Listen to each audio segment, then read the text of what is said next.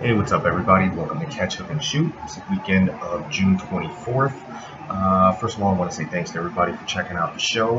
Hope everybody's following on Facebook, Twitter, Instagram, Snapchat, YouTube.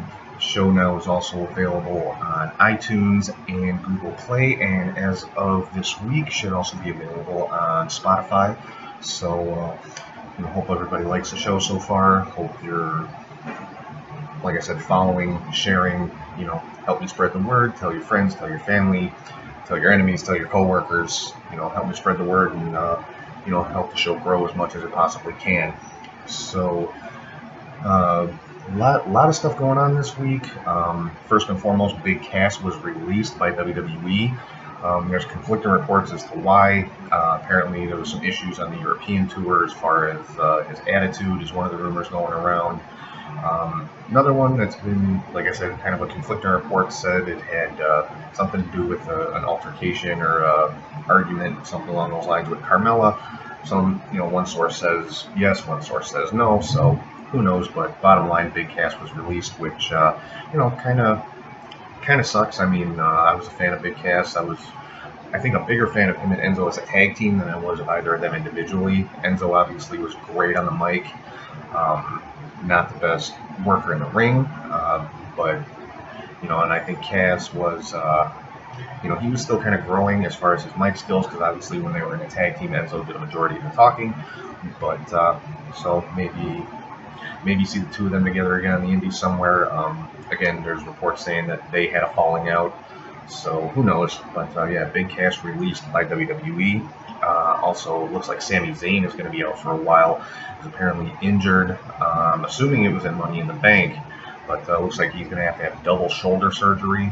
I guess he had one of those surgeries already last week. I haven't seen any reports that he had the second one yet, so he's apparently going to be out for a few months, I would assume, having to have both of his shoulders worked on. Raw this week, Ronda Rousey was suspended for 30 days by Kurt Angle after she attacked Alexa Bliss, and then when Angle tried to stop her, she turned around and turned her rage on him a little bit. Kind of looking like they're maybe building her up to be the female Steve Austin, which is something that was mentioned by Bully Ray on Busted Open Radio earlier this week. And, I can definitely see that. She's definitely got the credentials for it as far as just being a straight-up legit badass. So, definitely look for her and Alexa to have some type of rivalry when the suspension is up. Probably, I would think, with the timing, probably going into SummerSlam, you'll probably see Ronda Rousey and Alexa Bliss. Possibly in some type of three-way situation with Nia Jax as well. So the women's division on Raw is definitely looking very good right now. Those are probably the top three women on Raw, which says a lot considering that women's division also has Sasha Banks and Bayley. So, yeah, the women's championship picture on Raw is definitely starting to look very good. As far as the men's division on Raw, regarding the Universal Championship, they still haven't confirmed when Brock's next title defense will be. I would assume it's going to be SummerSlam, but there's no confirmation of that yet.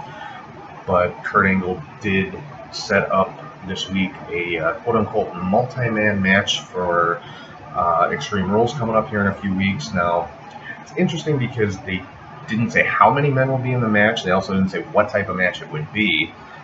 Considering it's at Extreme Rules, it could be like a street fight or, tables match, whatever. But so far, the only two men in that match are Roman Reigns and Bobby Lashley. I think Roman was kind of a given. They're still pushing him to be the top guy. Lashley actually was kind of a surprise to me coming out of the rivalry with Sami Zayn. I wasn't expecting them to throw him into the title picture right away, but I'm glad they did. He's obviously qualified, obviously deserving of it. So, as it stands right now, I'd love to see Bobby Lashley win that match, because I think everybody wants to see Lashley and Brock. And this, by a lot of accounts, could be Brock's last match in WWE, so I'd really like to see him against Bobby Lashley. And I definitely think Lashley could make a run with the Universal title. I don't know how long they would leave it on him if they went that direction, but, he's definitely one of the only guys I think that people would accept to defeat Brock Lesnar, because they have similar backgrounds, both have MMA experience, collegiate experience and are just legit, tough guys. So we'll have to see how that one comes out. Also, Seth Rollins lost the Intercontinental title this week to Dolph Ziggler, so I think that's probably a way to just kind of get the title off of Seth, put him into the Universal title picture. I'm sure he'll end up being a part of that multi-man match. And then over on the SmackDown side, surprisingly, Rusev won the number one contender slot for the WWE title, so it'll be Rusev and AJ Styles at Extreme Rules. Like I said, a little bit of a surprise. I mean, Rusev's gotten a push in the past. Looks like they're getting set to give him one again, putting him back in the main event picture.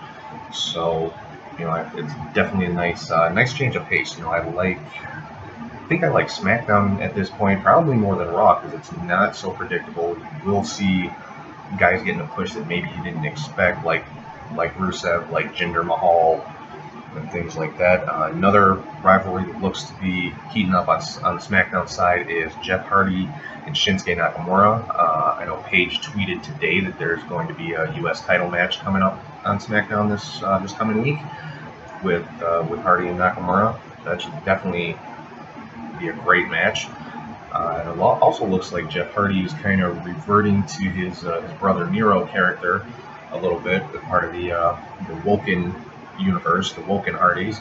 So I was kind of been wondering when they were going to pull the trigger on that, because obviously it's working very well for Matt on the Raw side with him and Bray Wyatt holding the tag team titles.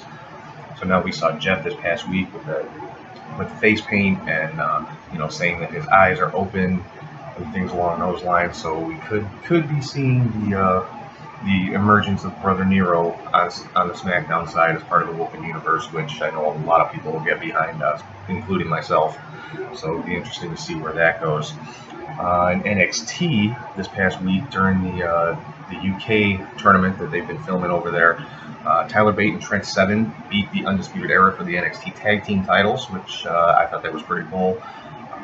Fortunately, they only held them for a couple days when they did the TV tapings back at Full Sail Arena just a few days ago. They dropped the titles back to Undisputed Era, so it just kind of looks like they did it just to kind of give the UK fans a thrill, have the hometown guys take home the titles for a little while. But hopefully this is building towards what I think a lot of people want to see, which is British Strong Style, which is Pete Dunne, Tyler Bate, Trent Seven against the Undisputed Era. I just think that would be a phenomenal rivalry. Let it play out over a few months between now and the next NXT takeover. So hopefully they go in that direction and keep it rolling for a little while. Also, from the TV tapings, looks like Tommaso Ciampa is going to be the next one to go after Aleister Black for the NXT Championship.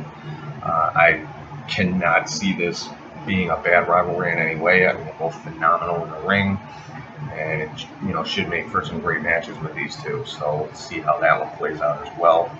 Also, something that they looks like they're setting up is for Kairi Sane to be the next challenger for Shayna Baszler for the NXT Women's Championship. Again, another great rivalry. Of course, Kairi Sane won the Mae Young tournament last year, and the opponent she defeated in the finals was Shayna Baszler. So there's, it's already, the setup is there, the history is there. So that should be a great rivalry going forward too. So we'll have to see how all this stuff kind of plays out. So what I kind of wanted to talk about this week was concept of heels and baby faces in professional wrestling, kind of the history of that, and where it's come from, where it's at today, and where it's going. Now, of course, I don't know how many people know. I think a lot of true hardcore wrestling fans probably know back in the early 1900s, wrestling was actually a quote-unquote real sport. It was actually an athletic contest. The two guys in the ring, there was no predetermined outcomes, no scripting. Two guys got in the ring and fought it out for however long it took. There were no time limits or anything like that. And matches would go on for hours on end. We're talking 2-3 hours or more, and it was all completely mat-based wrestling. So you could literally see somebody holding a headlock for an hour and a half. It would not be uncommon. And from there, of course, that was back in the days of Frank Gotch and George Hackenschmidt, the original World Heavyweight Wrestling Championship that those two contended for the early part of the 20th century. From there, wrestling started to evolve after that with a wrestler by the name of Strangler Lewis, who was, I believe, 5-time World Heavyweight Champion. And he was part of what was known as the Gold Dust Trio at the time. It was Strangler Lewis, Billy Sandow, who was his manager, and a wrestler named Toots Mondt, who, if you haven't heard of Toots Mondt, he was actually a partner and I guess kind of a mentor as well of Vince McMahon Sr., helped to create the Worldwide Wrestling Federation, and was really the first one to push Bruno Sammartino as their top guy. Also had a hand within helping to build some of the other big stars of like the 50s, 60s, and into the 70s, guys like Cowboy Bill Watts and things like that.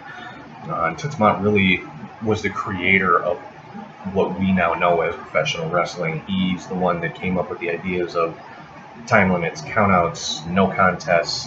He kind of evolved the in-ring product as well to make it a little more exciting.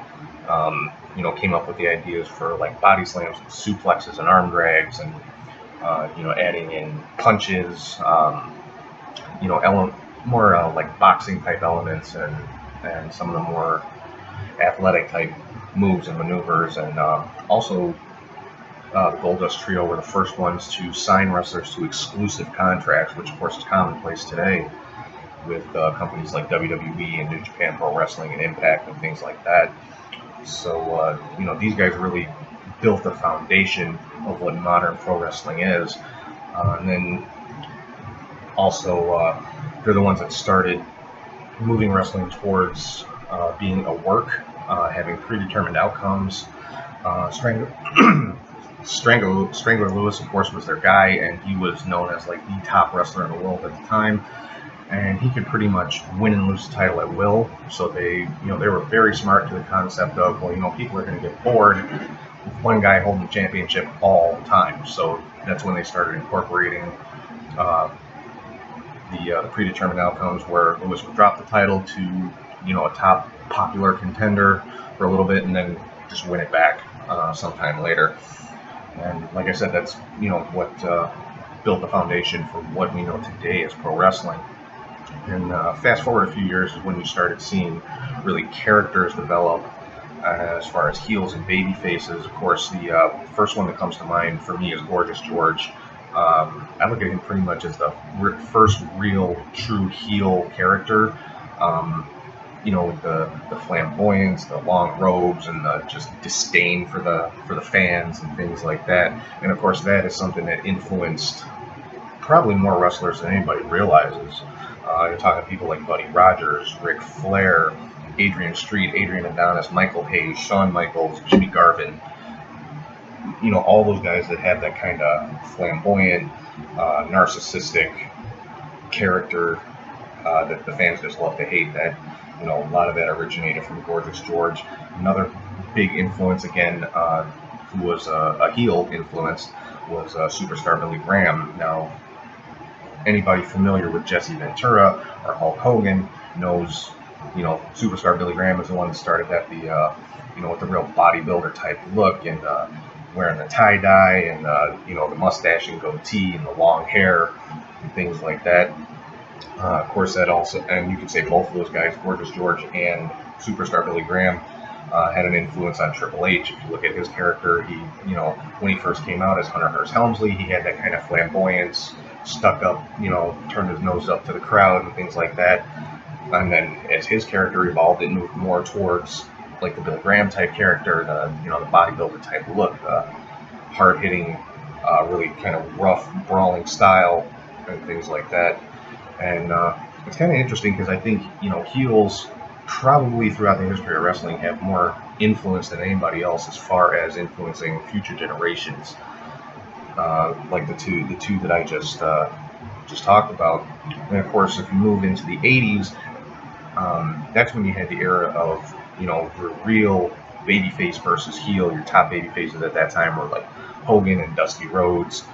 And the heels, of course, were like Ric Flair and the Four Horsemen, the Iron Sheik. You had the foreign type heels. And of course, that's something that obviously goes back forever in pro wrestling. I mean, you could even take that all the way back to George Hackenschmidt, who was a Russian, when he was fighting against Frank Gotch, the American. Of course, that, you know, obviously played very well as far as the fans are concerned. And but yeah, that's the 80s. That's a time when, you know, wrestling was very black and white, good versus evil, things like that. And you had the real over-the-top type characters, the superheroes, and like the arch villains and things like that. And then just a few years later is when you started seeing what would come to be known as tweeners, not necessarily a babyface or a heel, but kind of in the middle, kind of a gray area. And of course, the first one that comes to mind when you talk about that is Steve Austin. Started off as a heel, you know, evolved into the Stone Cold character, and fans just started to, you know, really get behind it because it was so relatable. I mean, yes, he used the heel tactics, kind of the underhanded, you know, tactics like that. Wasn't always coming out smiling and shaking hands or anything like that, but they got so much behind him because he was so anti-authority. He was the, you know, first one to, you know, really spit in the face of the boss, so to speak. And that developed more over-the-top type heels like Vince McMahon. I dare to say the Mr. McMahon character is probably one of the top heels in the history of the business. And that's kind of the direction that it took in the 90s, where, you know, the baby faces, like a Bret Hart, who was always, you know, the hero, started getting booed. You know, I guess fans just kind of got tired of it. So your real quote unquote white meat baby faces kind of became the heels, and the people that all fans wanted to see get beat down in the ring, like a Bret Hart. And you know, people started getting behind Stone Colds and the DXs and the NWOs because, well, you know, I guess they were what you could call quote unquote cool heels.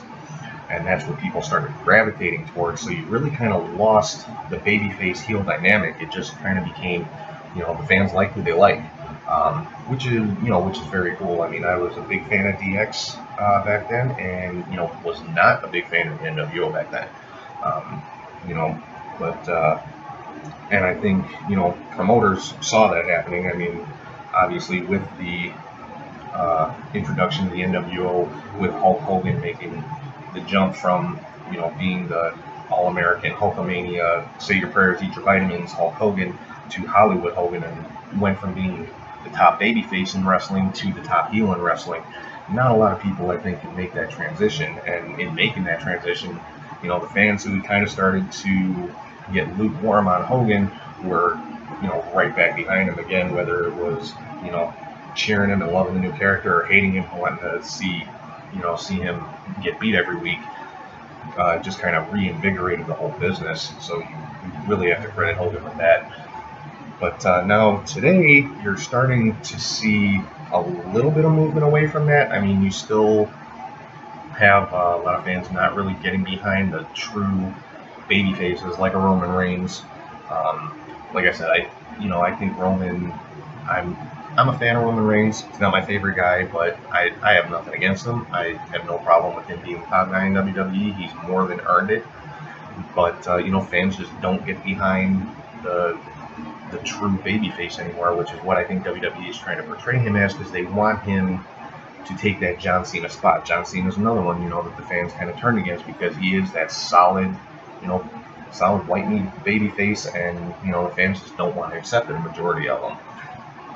But then you look on the other side with the heels today. Like, to me, the top heel in WWE right now has to be The Miz, just because he's got the heel game down to a science, because he can go out there and the fans will cheer him. Fans love The Miz, and, you know, they'll say his catchphrases, and, you know, he'll let them finish his sentences for him, but then he can turn right around and just bring them down to where they're booing him out of the building. That, to me, is the mark of a true heel in today's wrestling. Same thing along the same lines as Elias. You know, he'll go out there, the fans say his catchphrases and all that, but then when he starts his songs, or they'll boo him out of the building, or when they are cheering him, he'll turn around and say something about the town, and, you know, he'll go from cheers to just a chorus of boos. And when you can manipulate the crowd like that, that to me is the sign of a great heel character. So to me, those two are the top heels right now. course, the top baby faces, obviously Roman Reigns. Fans aren't real big on him. They're trying to kind of put Bobby Lashley in the same situation, coming out smiling, shaking hands, all that kind of stuff. Not getting into any like underhanded tactics or anything like that. So they're trying to put Bobby Lashley kind of in the same position as a true straight babyface. It's working for the moment. The fans are still behind Lashley. I'm hoping it stays that way. Because I love Bobby Lashley. I don't want to see fans turn against him because of, where his character's going. I want to see Bobby Lashley go out there. I want him as a babyface because I think he's a better babyface than he is a heel. But, I want to see that brutality and that, no nonsense kind of attitude from him, like what he had in TNA or Impact, rather than, because I wasn't real fond of the program that he had with Sami Zayn. I mean, nothing against him or Sami Zayn. I think they're both phenomenal. The storyline didn't work for me. I don't think it worked for a lot of people. I don't think it got a great response. But again, I'm not a writer. This is just my opinion. You take it as you see fit. So, to me, it kind of looks like wrestling is trying to trend back towards having heels and baby faces very clearly defined, more so than it was in the Attitude Era in the 90s and things like that. They're trying to take it back to, having clear-cut good guys and bad guys. Don't know how well it's going to work. I think it's working for some guys, like I said, with The Miz and with Elias, definitely straight-up heels. That's working very well for them. I think it's probably harder to make a babyface than just to make a heel. It really is, because heels are cool. I mean, what other way can you say it? Quite honestly. So that's my take on it. That's kind of what I see. Let me know what you guys think. Feel free to leave me some comments. If you want to send an email or anything, it's catchhookshoot@gmail.com. Like I said, check me out on Facebook, Twitter, Instagram, Snapchat. It shows up on YouTube. It'll be on Spotify this week, on iTunes, Google Play, and of course on the home of Catch Hook Shoot is Podbean. If you go to podbean.com, search Catch Hook Shoot, you'll find it there as well. Search Catch Hook Shoot on any of those platforms, you should be able to find us, or even just put it in Google. One of those will pop up. So, like I said, thanks everybody for checking out the show. I really hope you guys are enjoying it. I'm having a good time putting it together. I'm always looking for ideas, thoughts, criticism, anything at all you guys want to say, anything you want to see or hear me talk about. Drop me a line and let me know what you're thinking. You love the show, you hate the show, hey, I welcome it all. So, again, thanks for checking out the show, and hope everybody has a good week, and I'll talk to you guys next week.